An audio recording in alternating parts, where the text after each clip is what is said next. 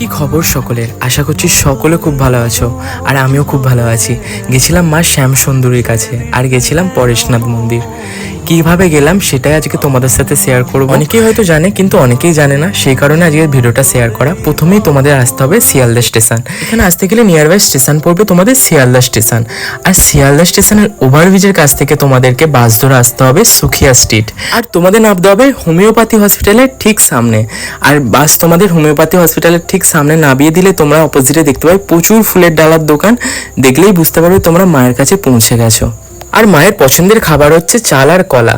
আর আমি বাড়ি থেকে চাল, কলা, চকলেট নিয়ে চলে এসেছিলাম, আর এখান থেকে আমি ফুলটা জাস্ট কিনেছি। তোমরা পারলে এখান থেকে ফুল, কলা, চকলেট সবই কিনতে পারবে, কিন্তু একটু হলেও দামটা বেশি নেবে। আমি খালি ফুলটা এখান থেকে নিলাম। প্রথমে পড়বে এই পুজোর কাউন্টারটা। এখানে নিজের নাম আর গোত্র দিয়ে পুজোটা জমা করে দিলাম, তারপরে যাব মায়ের কাছে।